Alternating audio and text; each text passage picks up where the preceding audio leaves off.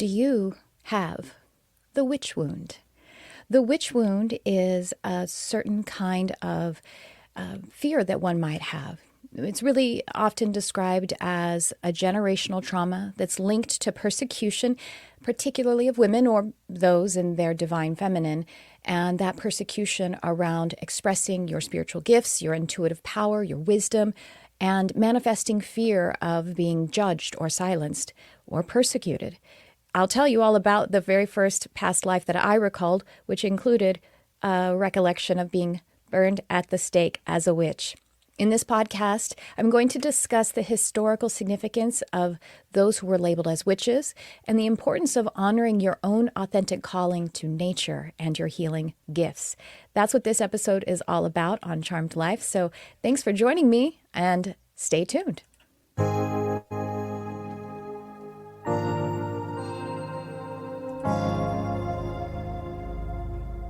Hello and welcome to the Charmed Life podcast.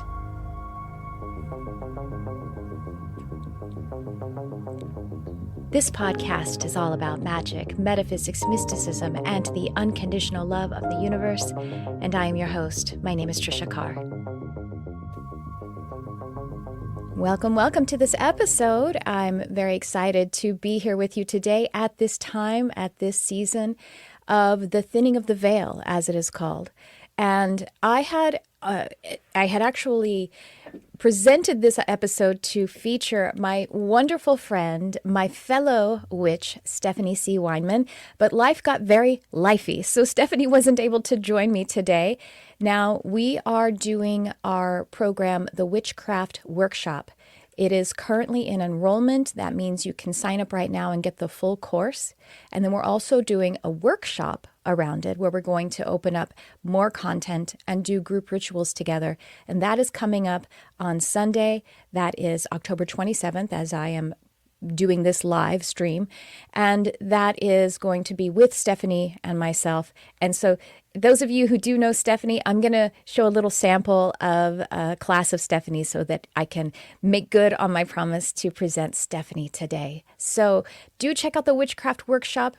Whether you understand what it means to identify as a witch or not, I'm going to break that down today.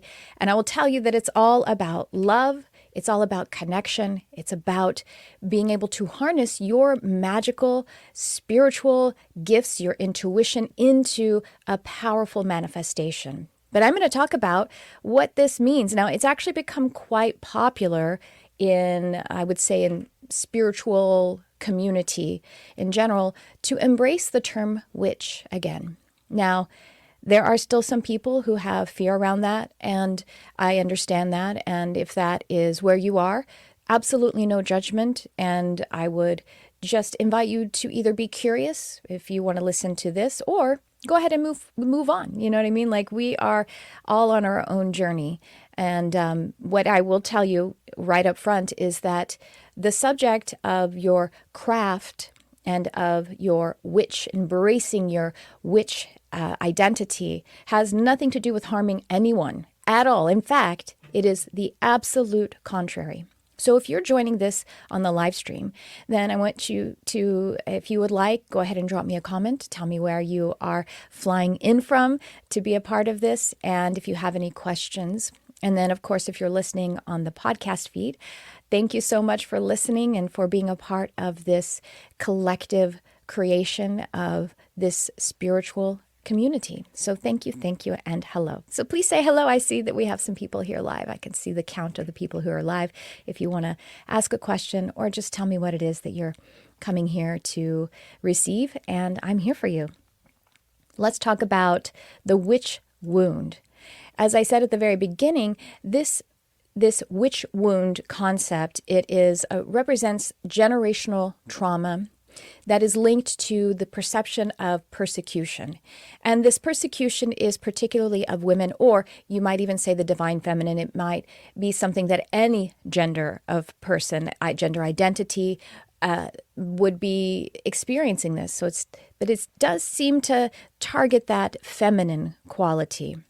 And it is a fear of being persecuted for expressing your spiritual gifts, your intuitive power, your wisdom, and it might just manifest into this need to be silenced, or this fear of being silenced, or this fear of being judged. And so I thought I would share with you right up front here the very first past life that I recalled after my spiritual awakening, or you might say my metaphysical awakening, opening my psychic abilities. And that was of a memory of being, as the classic scenario is, burned at the stake as a witch. So this life, I remember very specifically, even though it was over 10 years ago that I actually recalled this past life. I was a woman, about 27, 28 years old is what I kind of picked up on in this as I brought in this past version of myself. I had this long kind of textured hair that was like a kind of a light brown, which is, I have pretty light blonde hair in this life. So I don't know, as I recall her, I love feeling that cascading, very long, unbound, kind of wavy, kind of a little bit of curly brown hair. It's nice to put on that identity and to feel her within me, because it's just something different. It's like I don't even have to put on a costume for Halloween or Samhain, because I can recall this version of myself. And so that's one aspect of her. I can feel her wearing these long skirts with like an apron, but very, very long, but with some nice ruffles to them, and an apron because in her home, she's always doing some kind of crafting. She's putting together soups and potions and tinctures. She has a lot of, I'm going to call her she because I'm not her now. She has a lot of animals around her. And here's one thing that's really key is that she's 27 years old and she's unmarried. And this is significant because the time that I feel this to be is somewhere in the late 16th century. So in the 1500s, in the later years there, maybe the 1580s, somewhere around in there. That's what it feels like. It feels like provincial France, maybe, which is interesting because my actual bloodline lineage does show it's like, I think my DNA test, it says something like 70% Western European, and then about, it was probably, I think it was 73%, honestly. And then it's like 13% Eastern European. And then there's like a few percentages that, 0.5%, all of us have African heritage, of course, and then just miscellaneous stuff or unknown.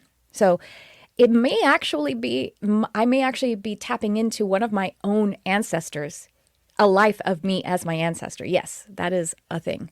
Why wouldn't it be? So, so she is about 27 years old. Again, it's like a provincial French or Spanish area. I can't really dial in. Maybe it's somewhere that is a culture that includes both, because I feel her able to speak French and Spanish, but even though I don't speak those European languages fluently now, I have a sense, I can feel into it, that it is much older dialects, that the dialects are different than we have today. And she is, like I say, about 27 years old, which is pretty old for that time period, we didn't live as long, and she's unmarried. And it's like that alone would have been enough for her to be accused of being a witch because she was unmarried. So here's one point that, as I recall my past life, is the persecution about having a lifestyle as a woman, making choices as a woman that were independent, that were outside of a certain tradition or a norm, literally outside of tradition. Because I don't know if some people say like traditional this, traditional that. There's actually a historical specific meaning by the word traditional. The word traditional refers to God is the head of man, and man is the head of woman and the household. So you see this hierarchy of a man needing to be head of me in order for me to be in the correct lineage that connects me to God. So you see how in this life that I picked up on, just being unmarried was enough to draw persecution. The other scenes, though, that I pick up, the other elements of this life that I recalled really in just like this one sitting, this one flash, I am also using earth medicine or holistic medicine. I'm making potions and healing soups and broths. I have animals all around me and, cats, and I have, as I do in this life, I have communication with them. They help me with my healing arts, and I recognize that. I even have these scenes where people are coming to me from far away to receive my medicine because they've heard about it and it's just what they need. Things for the skin, balms and salves for the skin, things to heal the stomach, such as broths and other kinds of tinctures and potions. And then also holding the energy healing and holding them in prayer, which was spells, giving them spells, actually crafting spells for them, or we might call them prayers, that they can recite, but it's not just recite, just the way that we do affirmations. They can apply to themselves so that they can bring up that healing mindset and the healing qualities, because healing is an inside-out practice.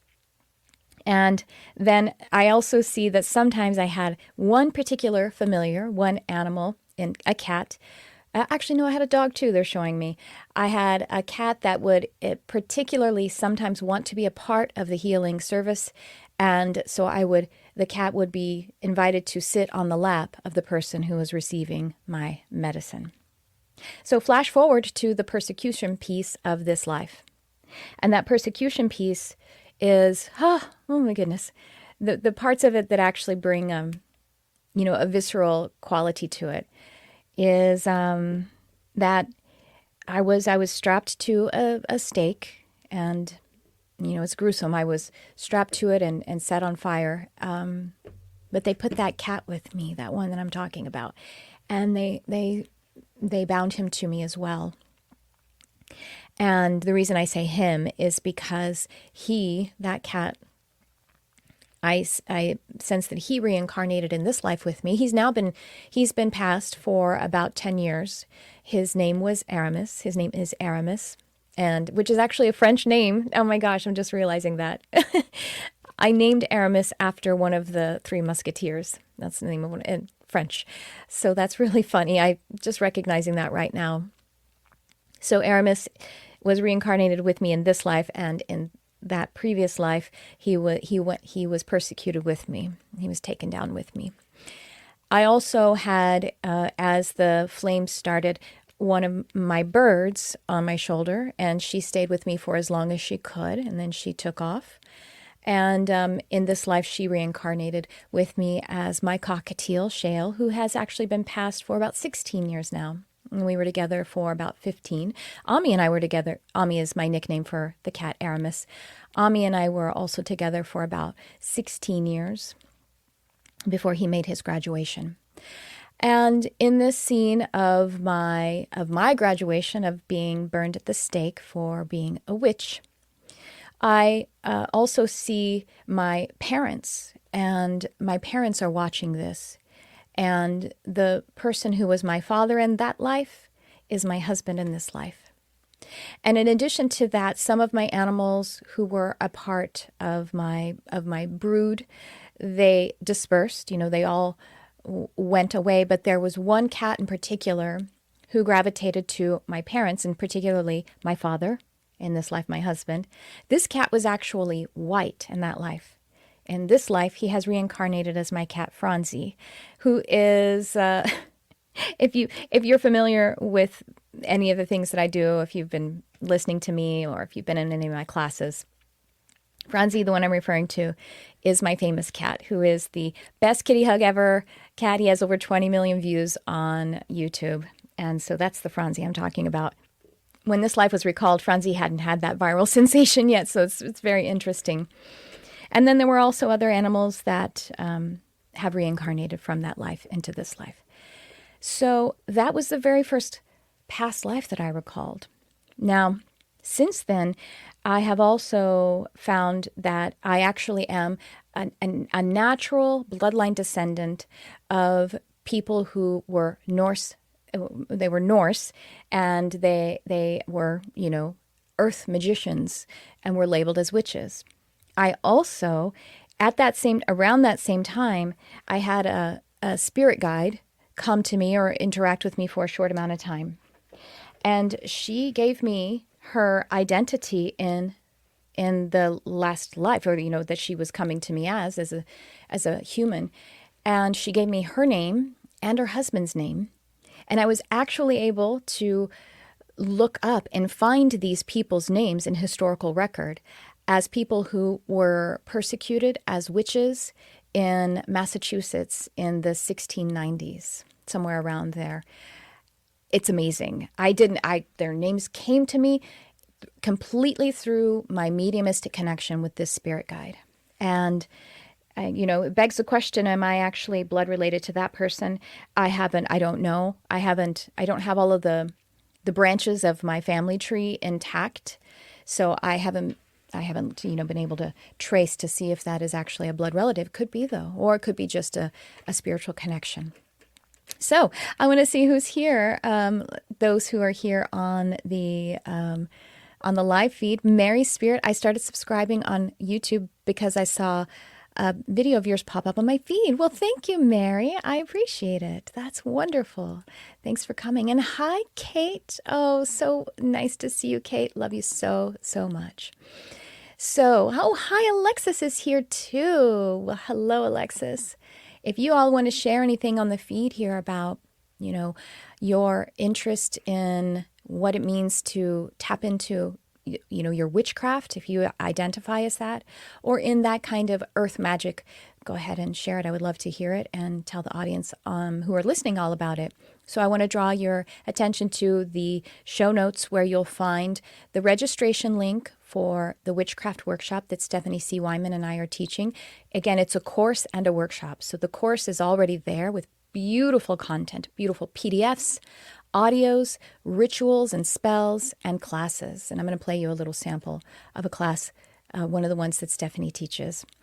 And so like I said, there's a course that you get to have access to immediately. And then we meet on Sunday for 3 hours to do some rituals together. One of the rituals we're doing that I think is so important right now is called sympathy magic, a sympathy magic ritual. Sympathy magic is when you are holding a healing for someone else, whether that's an individual or a group. So it's a very activated spell, ritual, prayer. So we will be using, pardon me as I make noise and reach across my desk to grab for those who are watching on the video.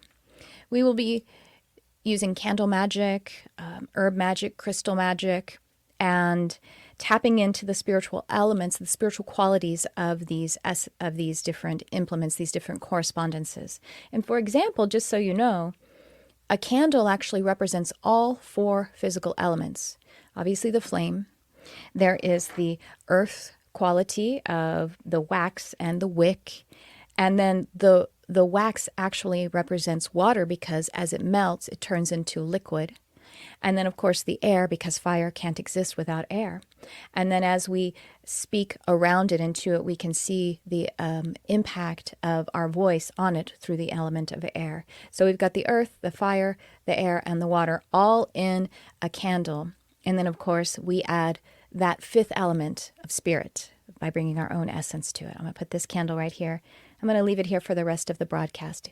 I don't think the audio... Oh, you know what I can do? Put it up on a deck. Little stack of cards so you can see it. Oh, that's nice. I love it.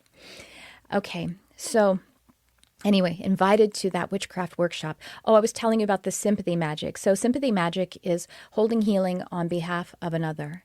And again, the reason this is, I think, so critical right now is there are a couple of really painful war zones, at least a couple. There's many, but there are a couple that are very much on my heart right now. There's a lot going on with people who are suffering. And so whether it is a collective like a nation or a people that is under some kind of extreme suffering, such as war, or if it's your beloved, or if in this case, I have a cat who's having health challenges, and I'm having the intention of I'm not sure. I'm going to wait and see because I just might do it again another day. I'm going to see what I'm going to use as my intention when we do the sympathy magic together.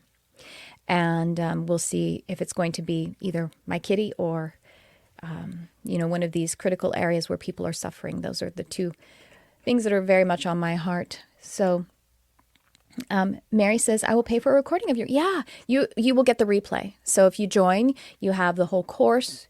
And then, of course, you have the replay of the workshop. So, yeah, you should, if you would like to do that. When does it start, Alexis? It's this Sunday, October 27th. And it will be the live workshop will be from 1 to 3 p.m. Pacific. And so that would be, if you're on the East Coast, 1, 2, 3, 4 to 7. Is that right? Did I get it right? Yeah. And of course, you get the replay. Yeah, I'd love to have you. Alexis, haven't seen you in so long. Well, I mean, I see you online, but I haven't seen you like on video. I guess we haven't actually met in person before, have we? So Stephanie and I will be leading that together. And I want to share with you, those of you who don't know, if you haven't had the thrill, the honor, and the blessing to meet Stephanie. Stephanie is a practicing witch. She has been for quite a while. She's actually an eclectic witch, meaning that she has many different kinds of craft that she partakes of, including, elemental magic, spell magic. She makes tinctures and sprays, and she's a kitchen witch as well. So this is what, has always been on Stephanie's heart. Like me, she's a descendant of European, Norse, Celtic, English women who are witches. And so we share that because it's very much a part of our true authenticity in our ethnicity. And so we really appreciate that. Stephanie is the founder of Spirit and Sage Healing, which empowers individuals to tap into their inner magic through workshops and rituals.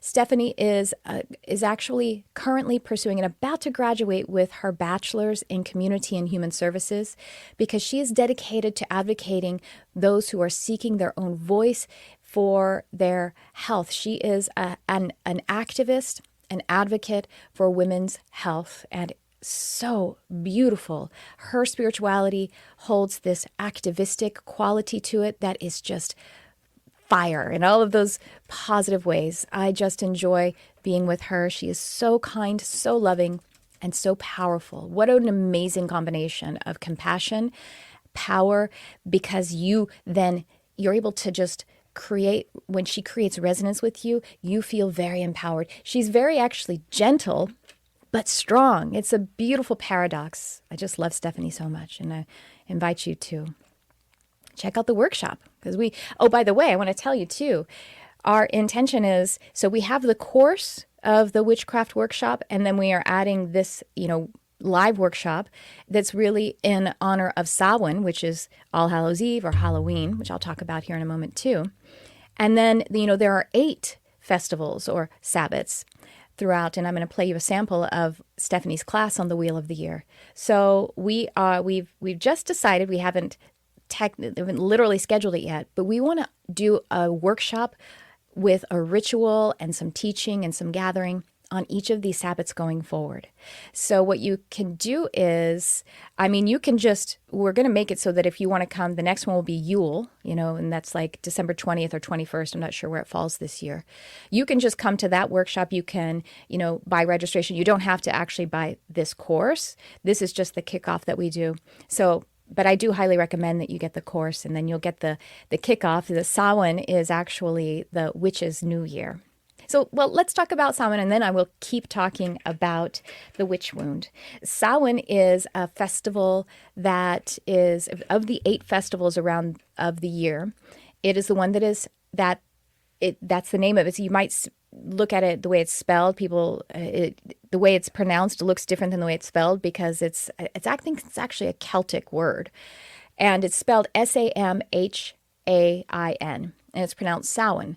And it's actually predates Halloween, and it predates it is a sense of All Hallows Eve that we celebrate, like Dia de los Muertos in Mexico and other Latin American countries. It is older than those celebrations, and it is what they are derived from. And it indicates the thinning of the veil that, and I think we can all feel it, right? Around this time of year, the veil really does get thinnest around that 3-day, like the 3-day period that tends to fall around October 31st. And then we call the 31st and the 1st those peak days. And that's how we celebrate it. So that's what we're taking advantage of. And what it means when the veil is thin, it means that our intuition is really amplified. And so our capacity to move across physical and non-physical, and to bring the non-physical into the physical, or to bring spirit into the physical, is much more amplified at that time. And then if we do something, as we are, like rituals, where we're integrating elements from candles or crystals, and we're calling on their essences with the intention of upliftment, of healing, of something that is unity consciousness, because that is how we heal. We actually just move into all is whole. Then, and as we allow those essences to join to us, and then it helps us to focus our own energy, because you are the magic. It's not like this candle is magic.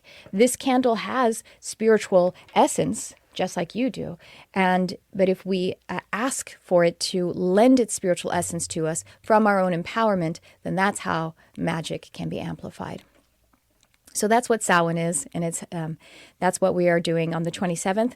And then you can take that energy into your the rest of your week, and of course the rest of your year, because that is the witch's new year. All right, let's talk a little bit more about the witch wound. Oh, let me see what's going on with the comments. Anyone have? Yes, exactly, Alexis. Alexis has spelled it on the screen here. Samhain, it's spelled Samhain, and it's the All Hallows Eve festival. So, the witch wound. Now, I have been really working on my witch wound my whole journey. I would like to say my whole life, and yeah, sure, but especially since I had my opening, my metaphysical opening, and my opening to my psychic and intuitive gifts. Just muted myself there for a second so I could take a sip, and you didn't have to hear me swallow. Water's important, though. Oh, hi, Tracy. Tracy is here. Nice to see you. Tracy's going to be in the workshop. Kate is, too. Kate and Tracy are in the workshop. So, the witch wound. The witch wound, it really is a sense of feeling disconnected from the divine feminine, feeling as though you have to put the divine feminine away. The wound actually can often result in that sense of the divine feminine not being safe, can lead to feelings of unworthiness, even guilt and shame, or just repression of your own spiritual and intuitive abilities. What is interesting is that, as we all, of course, know, we have been in this kind of toxic patriarchy experience for quite a while now, many generations, of hundreds of years, is almost as far as we can see. And, there are more ancient times where there was actually more of the dominance of the matriarchy. And in those times, there was definitely toxic matriarchy. It's very interesting. So it's like the pendulum swings. And so having that balance, as we balance our divine feminine, as we let her out of the closet, let her to be strong, expressed in her magic, in her sensuality, in her power. And when I say sensuality, maybe you hear sexuality. Yes, of course, that's fine. But working with elements is essential, meaning using your senses and your creativity. All of that is really in that area of the divine feminine. Letting your sensuality be a driving force of your creativity. That's all balancing the divine feminine. And as we balance our divine feminine, each and every one of us, regardless of our gender identity, we will then heal and balance any of the patriarchy of the masculine that has been in that area of toxicity. And so every one of us suffers from toxic masculinity and repressed divine feminine. That's And so we're finding our balance here again. And we certainly don't want to swing the pendulum the other way where we have abusive feminine energy either, right? Like, so that's what we're talking about here. Very holistic, very whole. So the way that we heal the witch wound is through reclaiming our power. And spiritual healing involves reclaiming your power, your inner wisdom, and to break free from fear-based conditioning, to embrace your innate, natural spiritual gifts that were once condemned or suppressed or persecuted. And I mean once in this lifetime. We are all experiencing that. Even, as I'm sharing about this workshop, I just saw on a Facebook post, and it was just an image of Stephanie and me, and it says Witchcraft Workshop. And then, of course, there's like text around it. And there was a person who by their name appeared to be a male and said, "Oh, you're satanic, you're practicing Satan stuff." I can't remember how he said it. And then, said, "You need God." And it's indeed, we do have God in this. Because God is the energy of the all that is, of creator. And we are harnessing that for positive and empowered purposes. If God is a divine parent, and you can imagine, whether you're a parent or not, you can imagine what a perfect or a divine parent would be. And wouldn't a divine, perfect parent want their child to be empowered, to be fortified from within, to know how they can create what it is that they're here to create in love, to be able to give from a overflowing cup to others, so that the rest of God's children can also be nourished. And by the way, maybe we all need goddess, right? So on this post, someone who by her name appeared to be a woman said, "You don't know what you're talking about. These practices are healing," and she said, "You need God too." This person, and it was kind of comical, honestly, and but just the ignorance about any of it. It's really just that same old wound. So there is a collective component to this. Healing your own individual witch wound can help to heal the collective, because as an individual, as you heal your witch wound, as you balance your feminine, you can contribute to the collective healing, the collective of feminine energy on this planet. And you can promote balance of power and freedom of expression and your just capacity to grow spiritually. And I want to point out here this word power, that my spirit guides, I actually did a live podcast a month or two ago, probably a couple months ago. And spirit dropped this reclamation of the word power into my heart, saying the only true power is love. The only true power is I am well, you are well. The only true power is it helps all and harms none. And so that is the power that we're talking about, cultivating from within. In this, you might also, in healing your witch wound, you might be embracing your path as a healer. Now, does that mean that it will be your profession and how you make money? I don't know. Or will it be that it is just who you are in everything that you do? Overcoming and healing your witch wound can enable you to be an embodiment of that healer archetype, allowing you to step into your role as a spiritual healer, a leader, a guide, and without any fear of persecution or rejection. And in that, you actually meet people where they are, so that they don't need to feel afraid or rejected by you, the way that a lot of times religion tends to leave one feeling. When a religious person, and not all religions and not all people who are religious, but when a religious person is trying to proselytize and trying to change your beliefs. In spirituality, when you're a true spiritual experience is that it's personal and that it overflows to others just by love and compassion. And you don't care what anybody else believes or whether they validate what you believe. That's what spirituality is about. And dogma is about needing others to validate what you believe and also that they believe the same way that you believe. And that's not what we are doing in our practices here. You know, witches, those who were labeled as witches, and we're reclaiming that word because the etymology of witch actually means weird, means unusual, means atypical. Like the life that I recalled where I was atypical, I didn't get married. I didn't find anyone that I wanted to marry. And, that witch quality about being weird or being unusual, and all of us are, each and every one of us is our own unique fractal piece.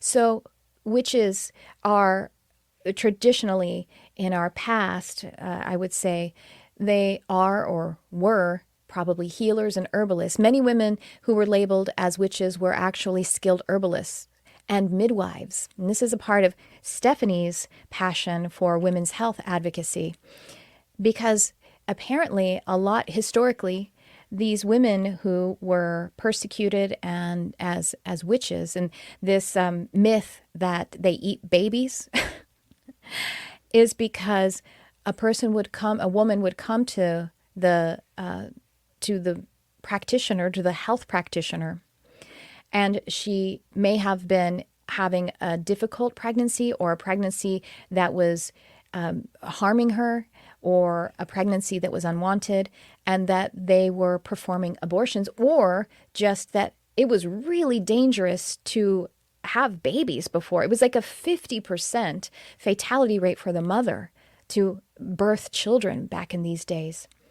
And so because they were midwives and possibly also performing a termination of pregnancies, and that they were then again labeled as eating babies or doing something with them, when it could have been just a very, as best as possible, medical practice.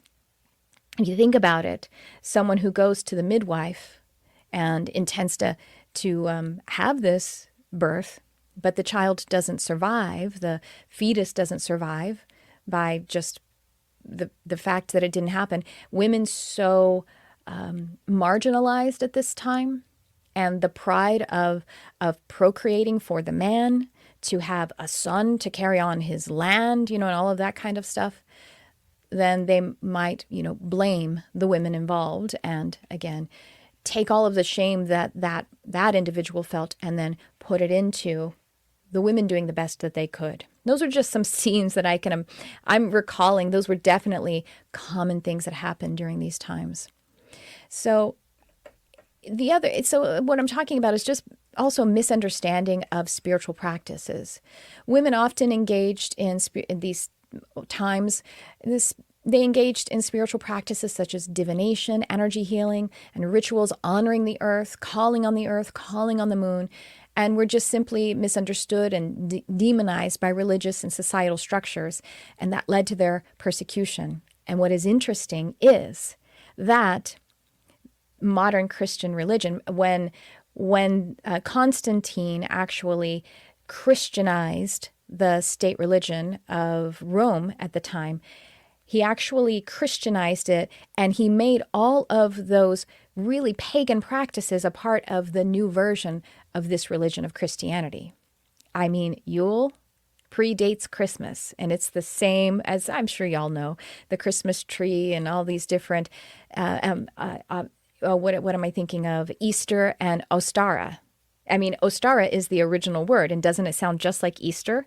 Bunnies and eggs, those are all a part of these spiritual rituals for each of these Sabbats. So it's really fun to think about how these lineages have gotten all confused. And then, of course, that witch wound, women being targeted to control them and from fear. As women's healing arts flourished outside of institutional control at these historical points, would have been more of the church then. That's how the medicine was all, just like politics and the state and everything.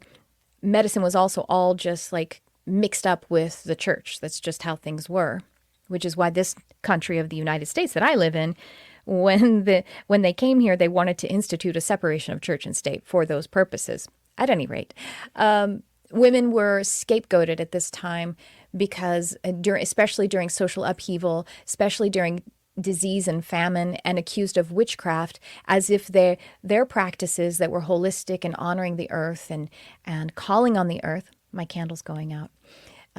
It's going out all on its own, and it's just beautiful. They were actually blamed for these natural occurrences, and undermined their capacity to, actually be who they really were, and then were persecuted, and they weren't able to have control over their own health or spirituality or their own social order.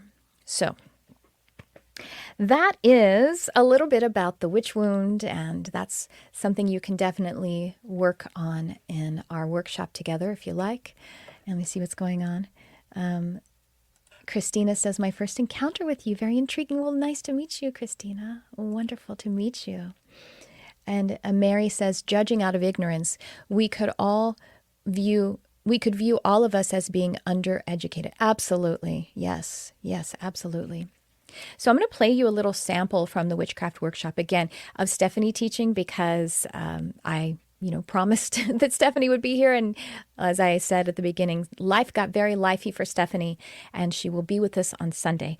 I have here some tiny tarot cards I just wanted to show, because we will be talking about divination, some divination practices, including tarot. Tarot is very old and has these, it's basically like a Gestalt archetypal of all of basically the personality fractals in each one of us.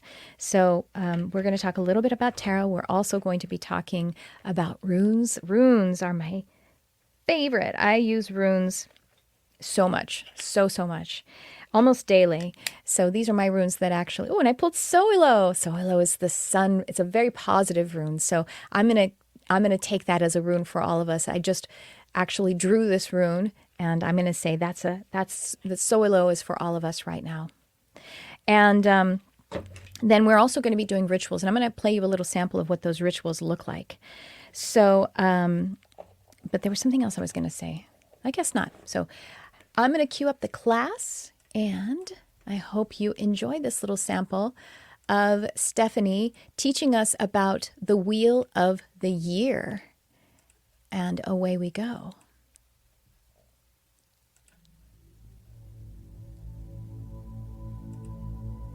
Hello, everyone, and welcome to our lesson on the Wheel of the Year. In this lesson, I'm going to explain what the Wheel of the Year is and why it is so important to the magical work that we do. I am so excited to be talking to you all about this today, as the Wheel of the Year has really enhanced my life in so many ways, and I'm sure that is going to for you as well. So let's get started. First off, the Wheel of the Year is a calendar of celebration for the seasonal transitions that occur every 6 weeks. Now, I know you may be surprised, as we are all used to only having our 4 seasons in 12 months: winter, spring, summer, and fall. But where it comes to the Wheel of the Year, we have 8 seasons. So the first Wheel of the Year was created in the 1950s by Ross Nichols. And even though the Wheel of the Year wasn't created until the 20th century, the festivals and celebrations that it represents have been around for centuries. And actually, most of these festivals predate even Christianity and really are the foundation for many Christian holidays. And you will be learning more about that as we move on. In ancient times, when these festivals were celebrated, our ancestors were far more tuned in with nature. It was really a time that they were truly a part of nature, and their survival depended on their connection with nature.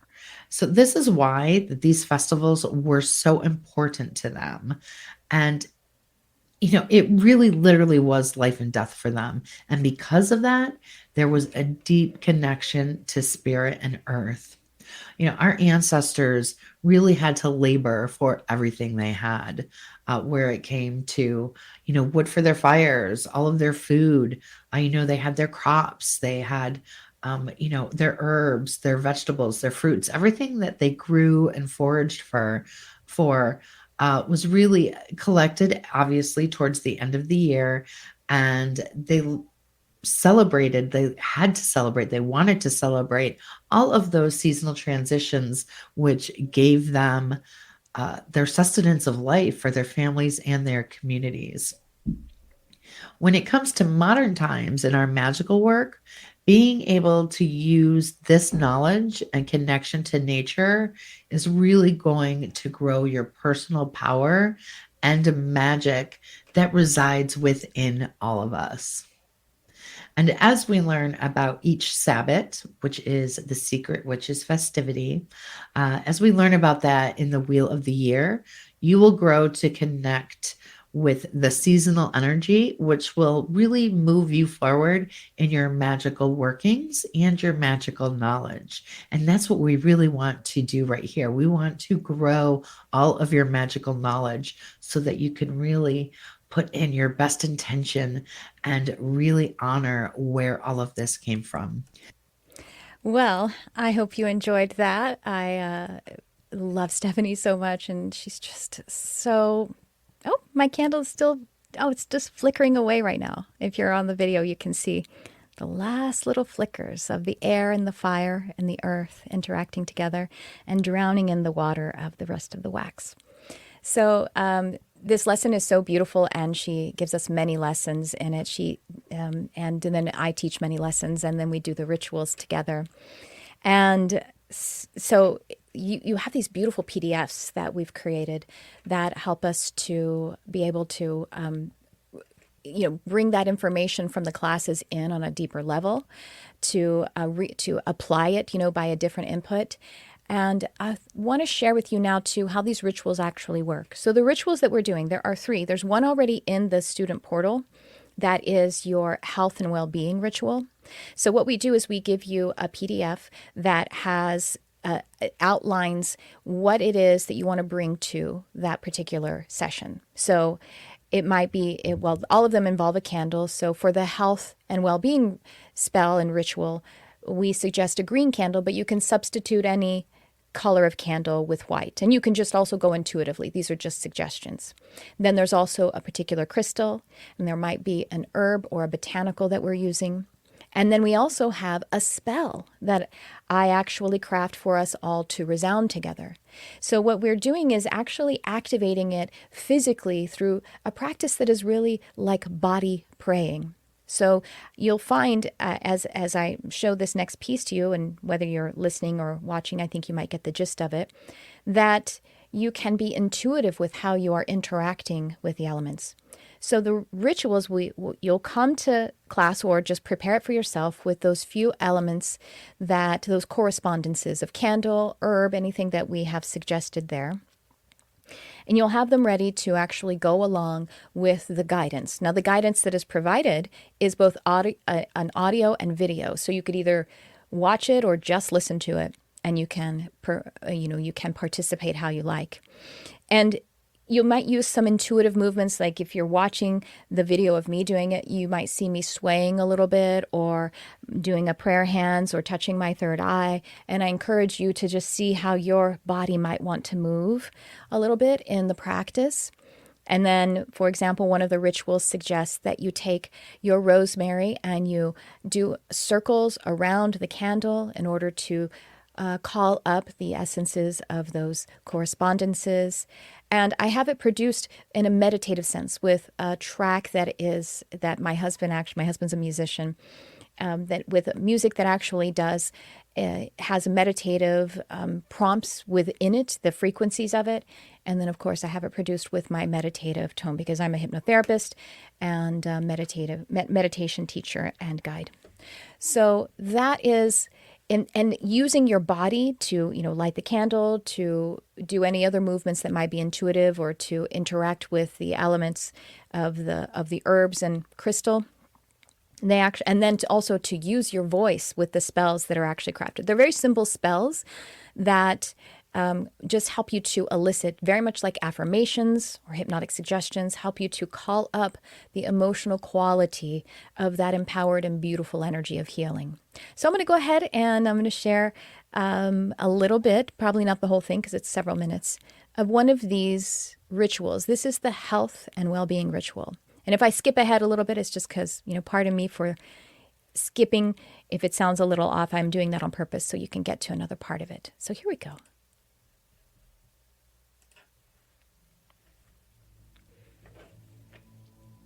Health and well-being, ritual and spell.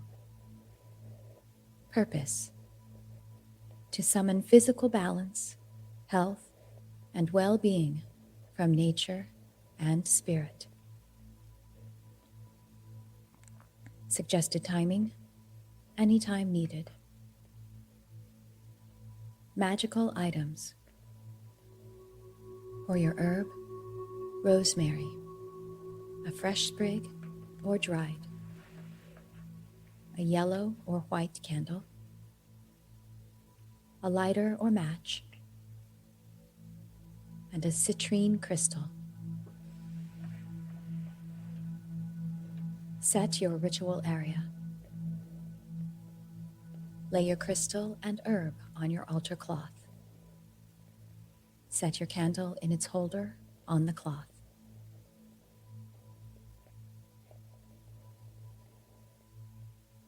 Charge and unite your candle, crystal, and rosemary.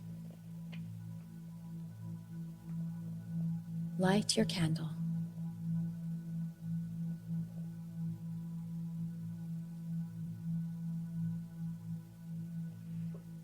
Take a moment of reverence and gratitude to welcome each element represented in the candle. You may want to hold your hands in prayer mudra as you welcome and ponder each element. Contemplate how, in your candle, earth is represented by the hardened wax.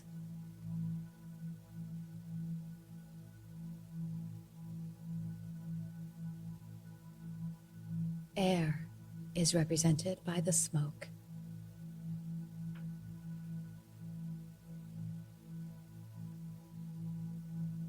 Water is represented by the melting wax.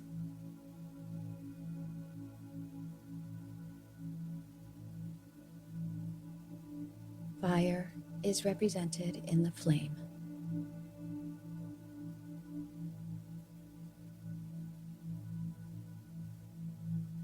As you contemplate each element, you are beginning to fuse awareness with each.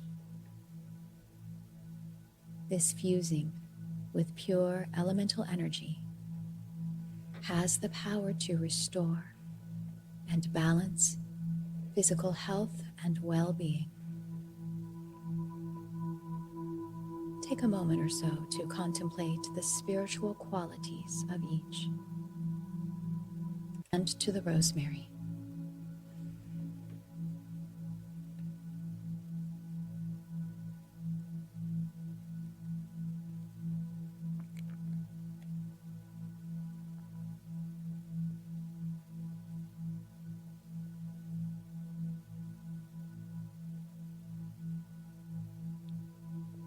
Once this is done, pause. Feel your own energy infused with this sacred binding.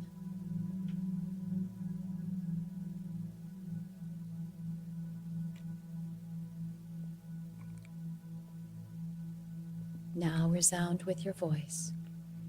I invoke the power of infinity. I invoke the power of infinity. To balance and restore health in me. To balance and restore health in me.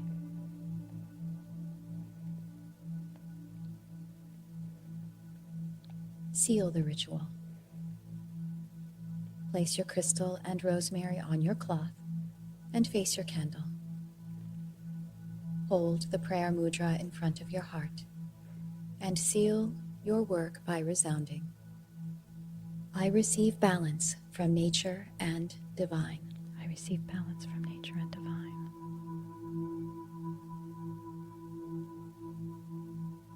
As surely as I breathe, so mote it be. As surely as I breathe, so mote it be. Draw in a divine breath and blow out your candle.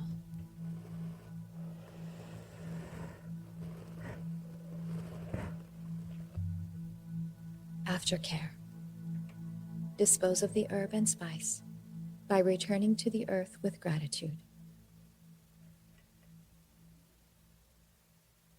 And that is a little sampling. And my candle that I have here was able to hang on so that I could blow it out myself. Took me a couple of blows, but I blew out my candle live with us. So that's a little bit about the things that we have going on, and just wanted to give you a hearty welcome. And yes, if you are interested, the whole course is there for you.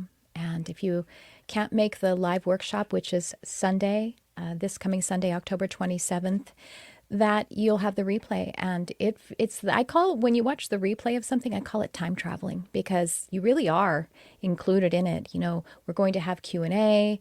We're going to, actually, thank you.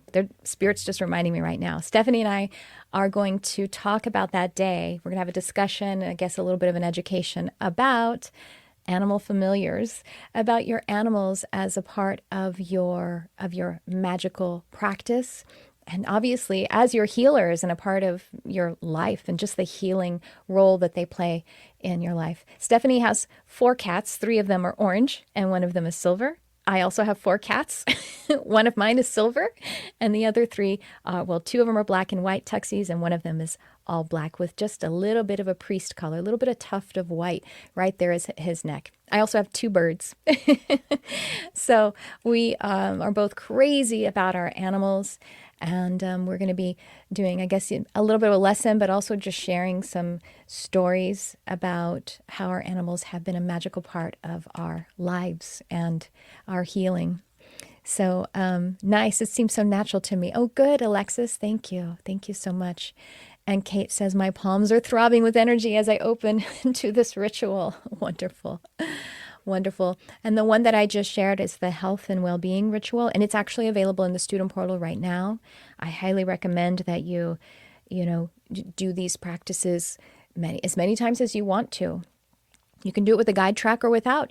And the thing also I should mention is, like I said, you could substitute the candle, and the crystal that for that particular ritual, we suggest a citrine, but you could substitute a clear quartz crystal, or another thing you can do is a found stone. Oh, I have wonderful found stones, which means I go out into nature and there's just one that calls to me, whether it's by its physical beauty that I can see, or it's just I'm drawn to it energetically. And those found stones are actually a beautiful part of my magical practice too. In addition to the ones that are, kind of polished and pleasing. This is my Lemurian quartz point that I'm showing on the video. So you don't need anything. And if you like, rosemary is suggested in that.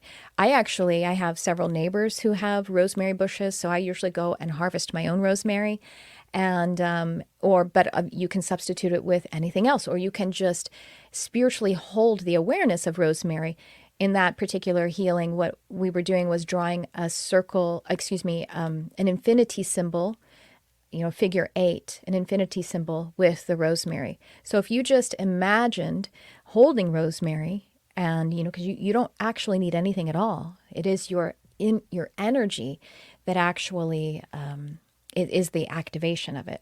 But we've given all of the preparation of correspondences in advance, so you can get as precise with those suggestions if you like. And it's not a lot of stuff, but it's fun to be able to add that to a part of your ritual as well. I mean, actually bringing together the correspondences. And then there's a lesson on how to craft your own spells, how to craft a sigil for yourself. It's just beautiful. So that's what we have going on. And thank you for coming to this podcast. I hope it inspired something in you.